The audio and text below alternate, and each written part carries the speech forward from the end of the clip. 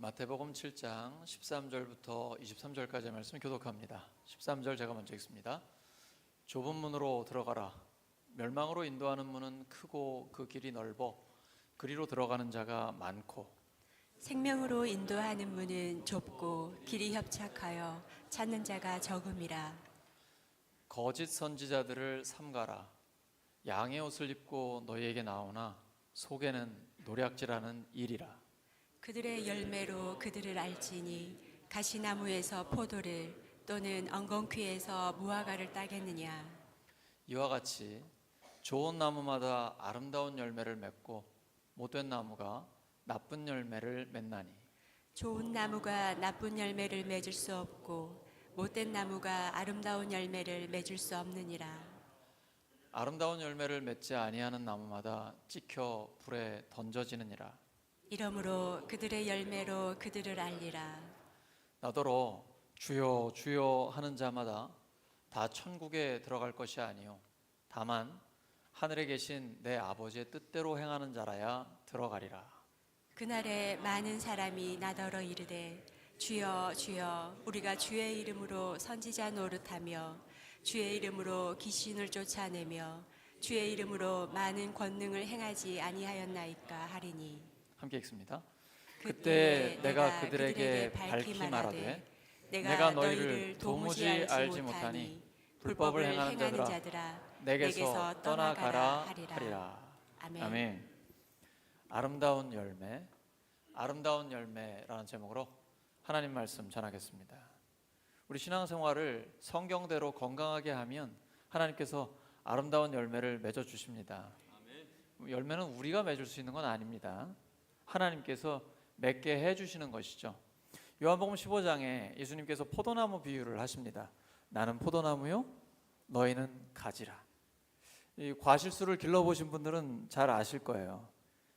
아름다운 열매, 좋은 열매를 맺으려면 시간과 정성이 굉장히 많이 필요합니다. 일단 가을의 수확 끝난 때부터 그때부터 시작이 되거든요. 철저하게 계속 관리를 해줘야만 아름다운 열매를 맺을 수 있습니다. 하나님께서 우리를 그렇게 관리해 주십니다. 여러분 지금 관리 받고 계신가요? 여러분 지금 이 환한 얼굴은 관리 받고 계신 것 같은데 영혼의 관리 받고 계시죠? 항상 우선순위를 분명하게 하셔야 됩니다. 내 영혼이 잘됨 같이 범사가 잘 되고 강건하기를 우리가 하나님 앞에 간구하는 것입니다. 그리고 하나님은 그 기도에 응답해 주세요. 우선은 영혼이 잘 돼야 돼요. 예수님이 마태복음 5, 6, 7장에 산상수훈을 주시죠. 너무나 아름다운 말씀이잖아요. 시작할 때부터 팔복입니다. 복 있는 사람은 이런 사람이다. 심령이 가난한 사람. 시작부터 좀 이상하지 않으세요? 이 마태복음의 버전이 누가복음에서는 이렇게 나와요. 심령이가 빠져 있고 그냥 가난한 사람은 복이 있다 라고 돼 있어요. 표정이 조금 이상해지시는 것 같아요. 가난한 자가 무슨 복이 있어요? 이게 바로 천국의 관점이에요. 그리고 평화를 만드는 사람이 복이 있다고 하셨어요. 우리가 편안하게 쉬는 거는 복 있는 거 맞죠? 평화를 만들려면 내가 희생해야 됩니다. 내가 손해봐야 돼요. 내가 잠을 좀 덜 자야 되고 더 고생해야 됩니다. 평화를 만들려면 나의 수고와 노력이 있어야 돼요. 심지어 애통하는 자가 복이 있대요. 하나님께 위로를 받는다는 거예요. 이게 우리가 생각하는 복, 그러니까 세상에서 생각하는 복과 주님이 생각하는 복이 달라요. 이제 더 심해집니다.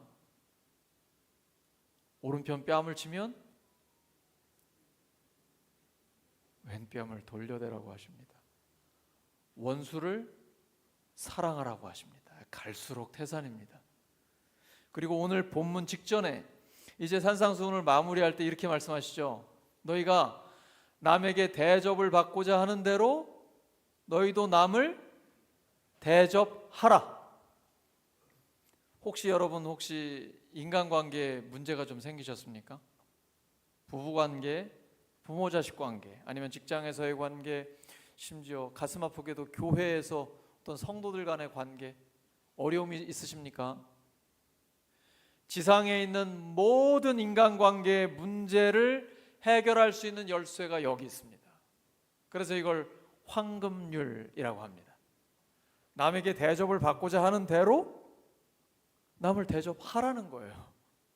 목사도 성도들의 입장에서 한번 생각을 해보라는 거예요. 제가 곰곰이 생각하면서 주중에 회개했습니다. 너무 제가 제 생각만 하고 저야 교회에서 사는 사람이니까, 그런데 성도님들은 생업도 있고 가정도 있고 한데 너무 무리하게 진행하는 거 아닌가, 그런 생각도 했고요.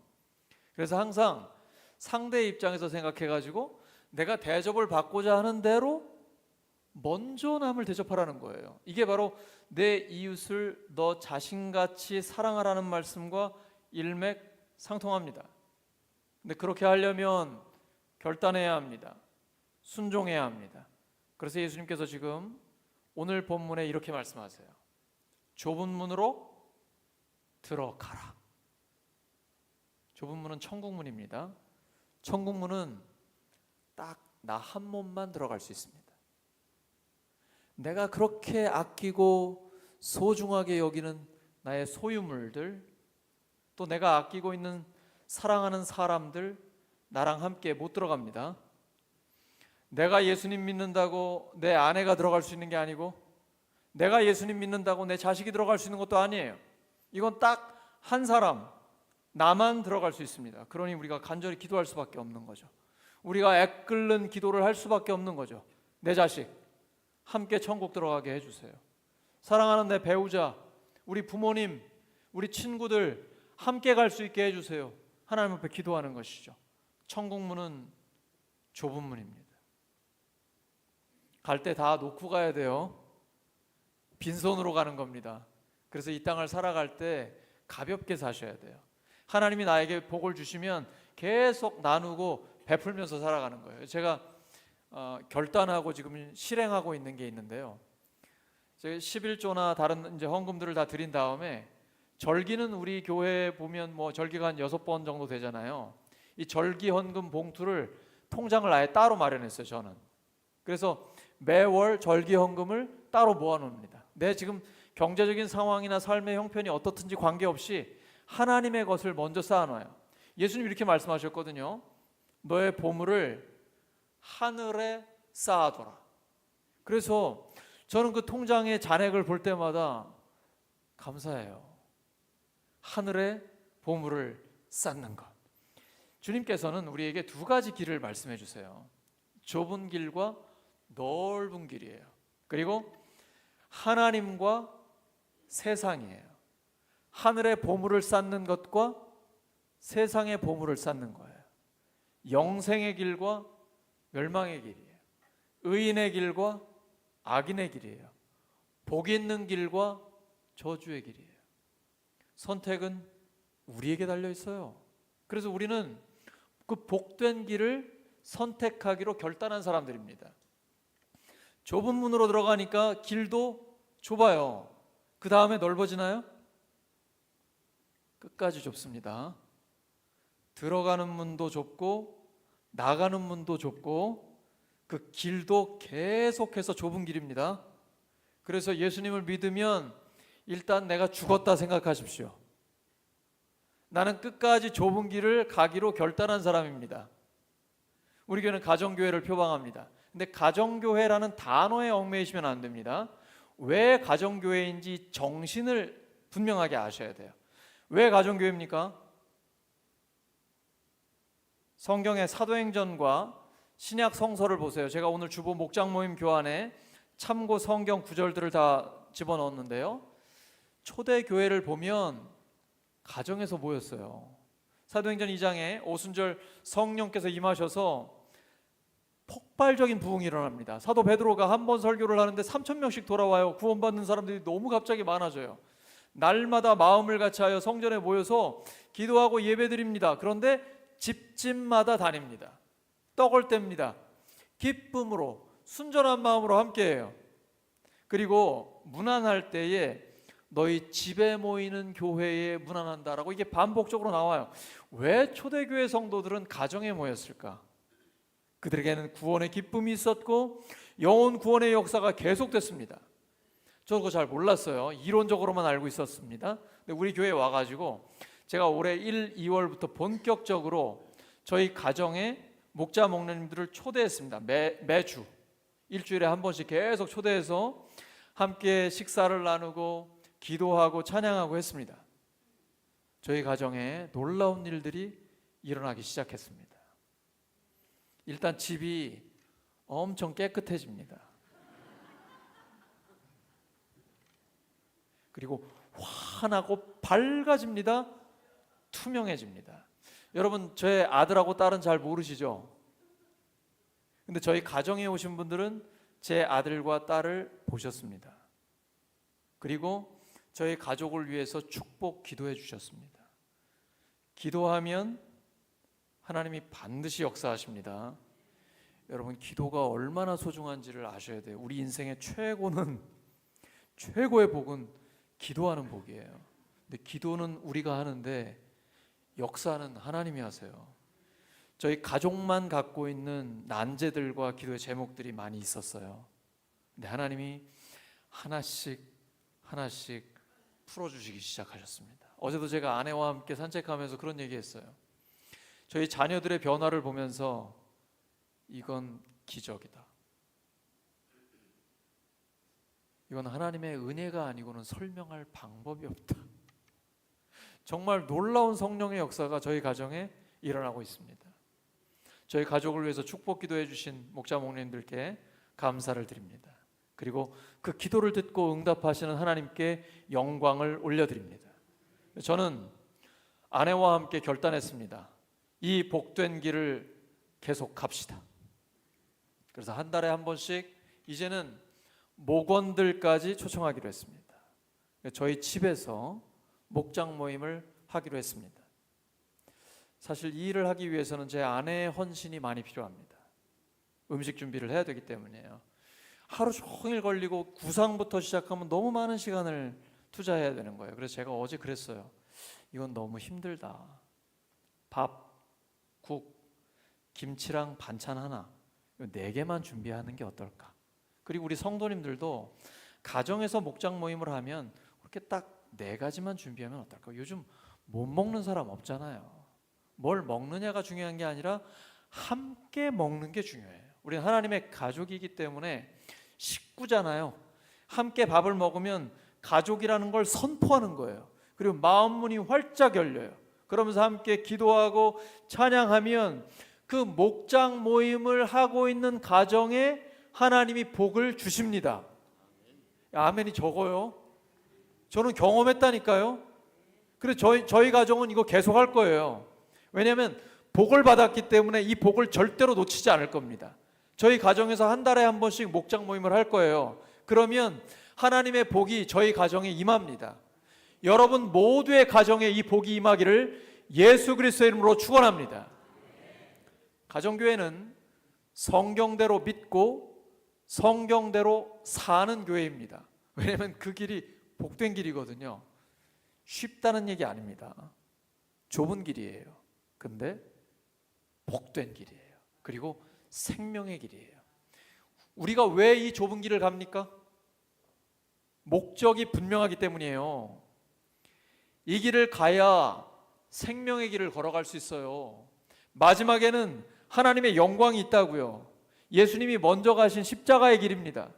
주님이 이 십자가의 길을 걸으실 때는 끝을 보고 걸으셨어요. 그 뒤에 부활의 영광이 있다는 걸 예수님은 알고 계신 것입니다. 우리도 마찬가지입니다. 좁고 험한 길, 힘든 고난의 길을 우리는 함께 걸어가는, 누구랑 함께요? 부활하신 주님과 함께 이 길을 걸어가는 것입니다. 또한 우리 성도들과 함께, 목원들과 함께 이 길을 걸어가는 것입니다. 이 길을 걸어갈 때 기쁨으로 걸어가는 거예요. 즐겁게 걸어가는 거예요. 우리에게 구원의 기쁨이 있고 하나님의 약속이 있기 때문입니다. 그것이 바로 가정교회가 가는 그 길입니다. 좁은 문 들어가 좁은 길을 걸어가는 우리들은요, 잘못된 가르침을 분별해야 합니다. 잘못된 가르침은 이런 겁니다. 야, 힘든데 이제 그만해. 야, 어떻게 가정에서 모여? 다 교회에서 모여야지. 힘들잖아. 넓은 길로 가자는 거예요. 넓은 길로. 제가 조금 더 심각하게 얘기할게요.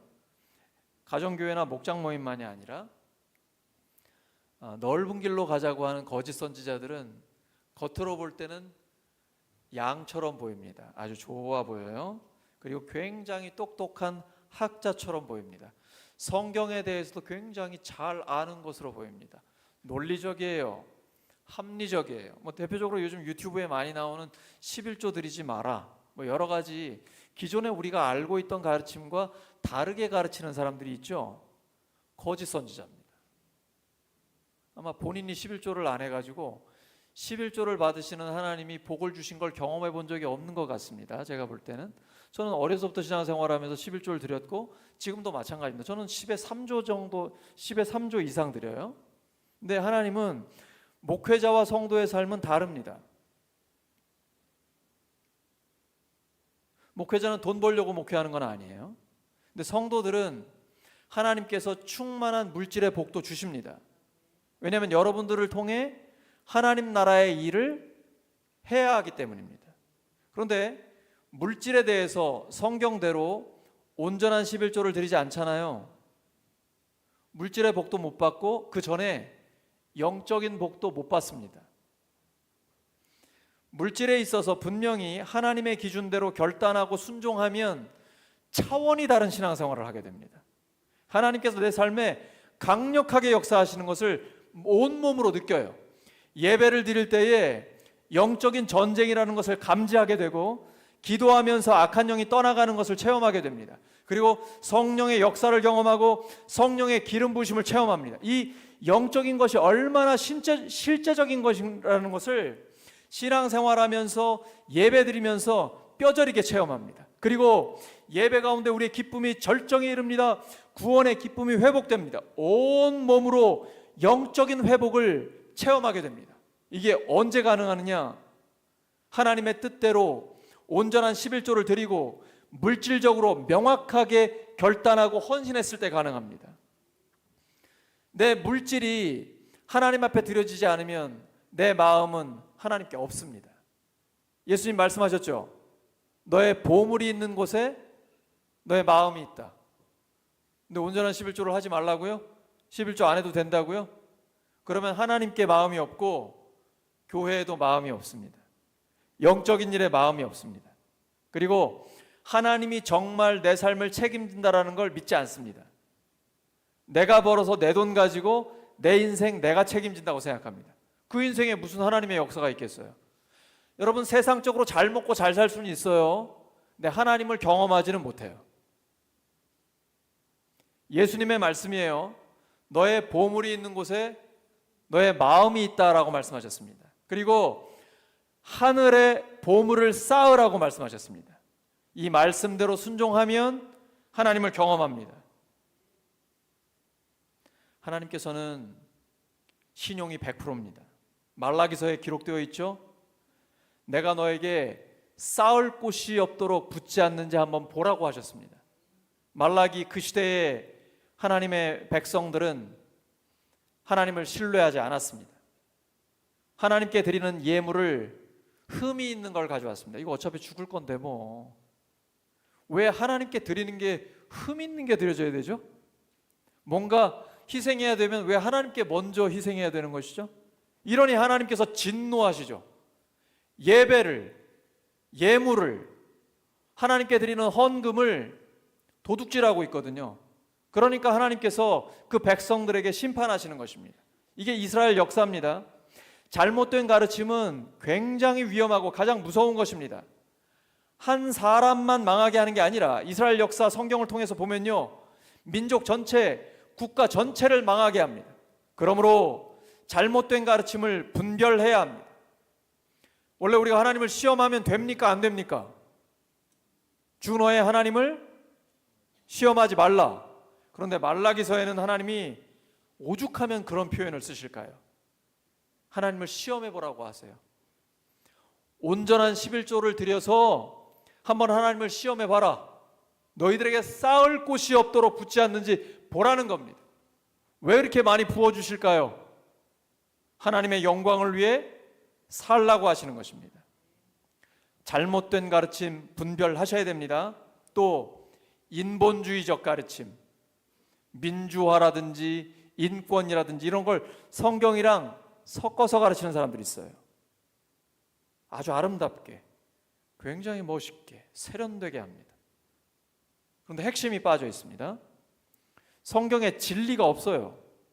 예수님 얘기를 안 해요. 예수님의 부활을 이야기하지 않습니다. 잘 들어보면 이게 부활을 믿는 건지 안 믿는 건지 똑똑하기 때문에 애매모호하게 이야기해요. 안 믿는 거죠. 자기가 안 믿으면 거짓말입니까? 신화예요? 성경 안에서도 믿고 싶은 것만 믿고 자기 머리로 이해가 안 되는 건 이건 그냥 신화라고 이야기하고 이건 거짓이라고 이야기하며 성도들에게 가르치지 않아요. 이게 거짓 선지자들의 특징입니다. 그런 말을 계속 듣잖아요. 내 믿음을 잃어버립니다.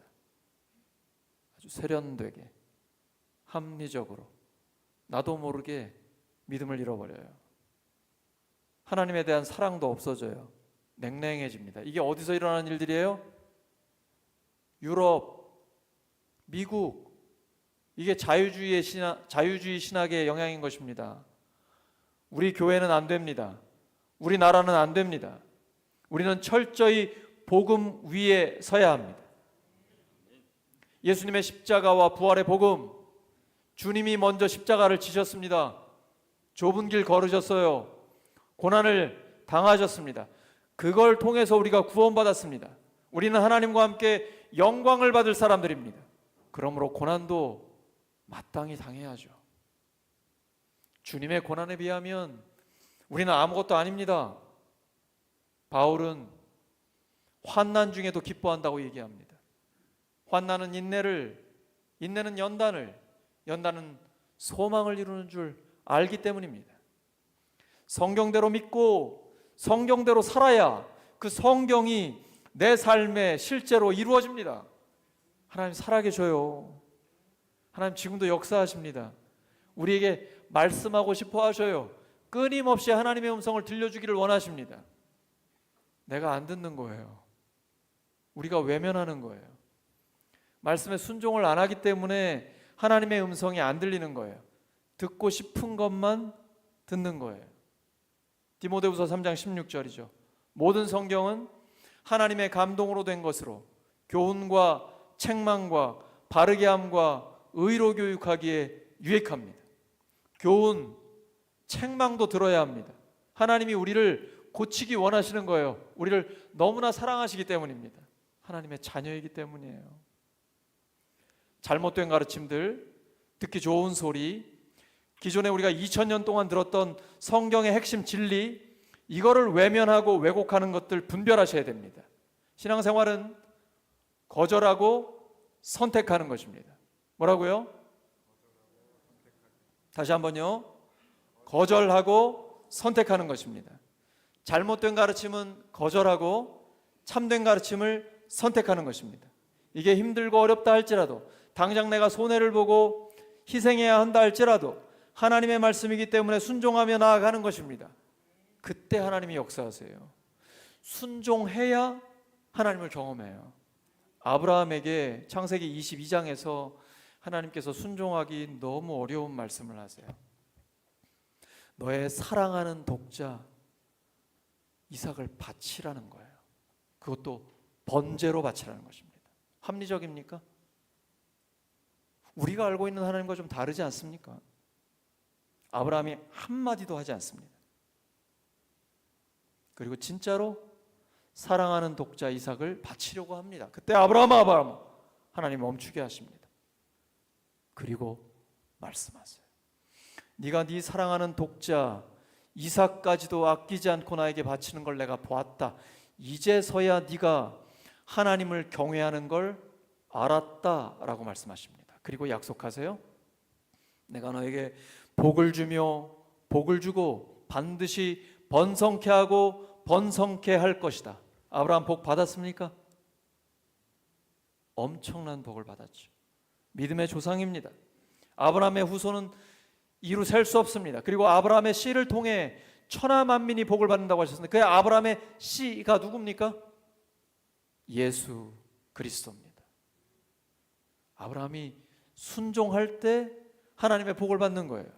우리도 마찬가지입니다. 말씀대로 순종할 때 복을 받는 거예요. 그러니까 내가 지금 순종하기 싫잖아요. 순종 안 하잖아요. 그럼 복 받을 생각하지 말아야 돼요. 하나님 원망하지 마세요. 하나님은 약속하셨어요. 하나님은 신용이 100%이기 때문에 말씀하신 대로 이루세요. 그래서 잘못된 가르침은 거절하고 참된 가르침을 선택하고 말씀대로 순종하면 돼요. 그러면 그 말씀이 우리의 삶에 실제로 이루어집니다. 옆 사람 축복해 주시기 바랍니다. 거절하고 선택하시기 바랍니다. 뭘 거절하고 뭘 선택해야 되죠? 이게 또 주무시던 분들은 이게 헷갈리면 안 돼요 또. 자, 옆 사람 다시 한번 축복해 주시기 바랍니다. 잘못된 가르침은 거절하고 참된 가르침에 순종하시기 바랍니다.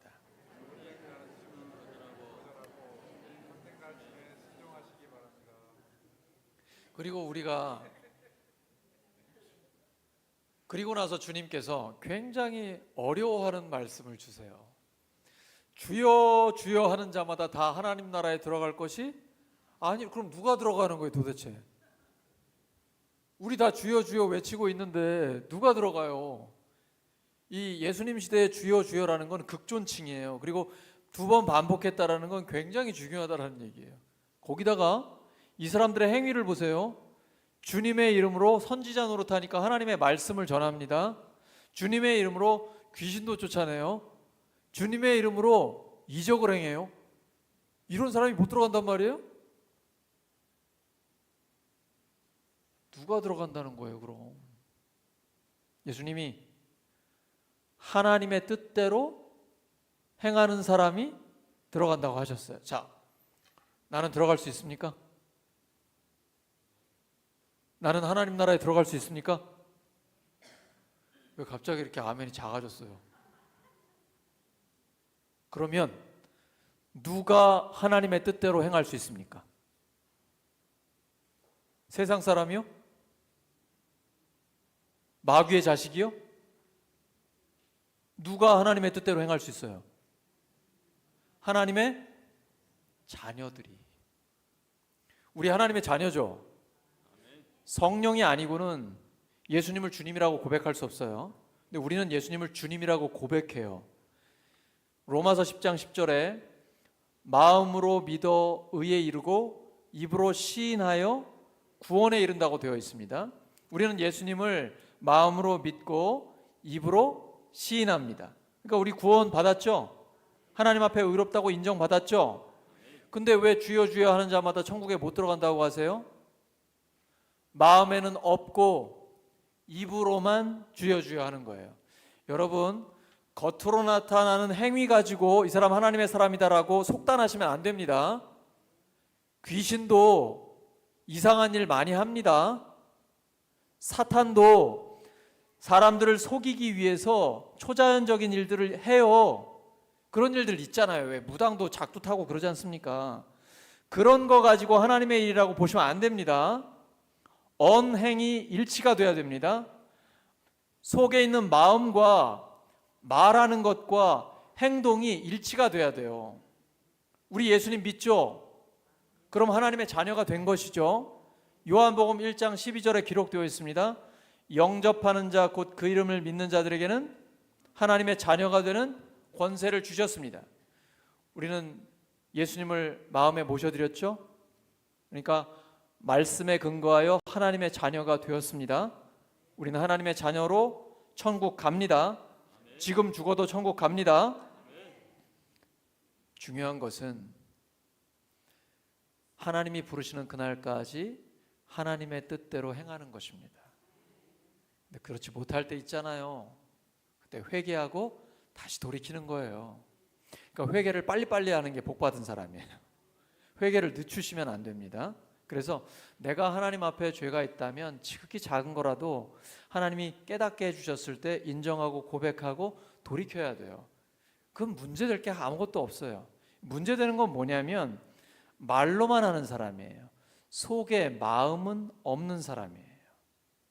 고린도전서 13장을 보시면 아무리 하나님의 말씀을 전하고 능력이 있다 할지라도 사랑이 없다면 아무것도 아니라고 하나님은 말씀하고 계십니다.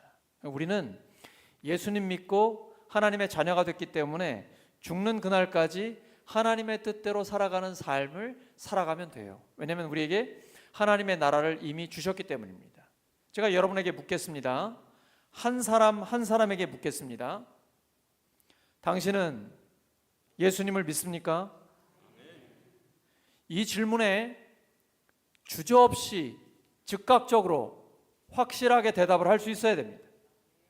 예, 저는 예수님을 믿습니다. 비록 제가 부족하여 죄를 짓고 여전히 회개하지만 날마다 하나님 앞에 회개하는 사람이지만 저는 예수님을 믿고 그 주님을 사랑합니다. 이 사람이 천국에 가는 거예요. 이미 우리에게는 그 구원의 확신이 주어져 있는 거예요. 예수님이 하시는 말씀은 이 마음으로는 믿지 않으면서 입술로만 하고 거짓으로 마치 하나님의 사람인 것처럼 성경을 빙자해서 가르치고 있는 사람들을 가리키고 있는 것입니다. 예수님 믿고 진짜 하나님의 자녀된 우리를 말씀하시는 게 아니에요. 하나님 앞에 갈 때까지 우리는 주님 뜻대로 살아가기를 원하고 그리고 주님 뜻대로 살아가는 사람들입니다. 그런 우리에게는 하나님의 아름다운 열매가 맺히게 되는 것입니다. 오늘 말씀 정리합니다. 아름다운 열매를 맺으려면 세 가지를 기억해야 합니다. 첫째, 좁은 문으로 들어가야 합니다. 둘째, 잘못된 가르침을 분별해야 합니다. 셋째, 주님 뜻대로 살아야 합니다. 제가 엄선해서 세 가지 골랐습니다. 다 지읒으로 시작되는 거 아시죠? 첫째, 좁은 문으로 들어가야 합니다. 둘째, 잘못된 가르침을 분별해야 합니다. 셋째, 주님 뜻대로 살아야 합니다. 하나님이 인정하시는 아름다운 열매 맺는 우리의 삶이 되기를 예수 그리스도의 이름으로 축원합니다. 함께 말씀 기억하면서 합심하여 기도합니다. 하나님 아버지, 저희들 좁은 문에 들어가게 해주셔서 감사합니다. 이 좁은 길을 주님과 함께 끝까지 걸어가게 하여 주시옵소서. 잘못된 가르침을 분별할 수 있는 영적인 분별력을 주시옵소서. 주님의 뜻대로 살게 하여 주시옵소서. 하나님의 뜻대로 사는 저희들 되게 해주세요. 그래서 성령께서 주시는 아름다운 열매가 저희들의 삶에 풍성히 맺히게 하여 주시옵소서. 도우심을 감사합니다. 도와주시옵소서. 하나님 아버지, 주님 가신 그 십자가의 길, 어렵지만 그 길을 주님과 또 성도들과 함께 걸어갈 수 있도록 도와주시옵소서.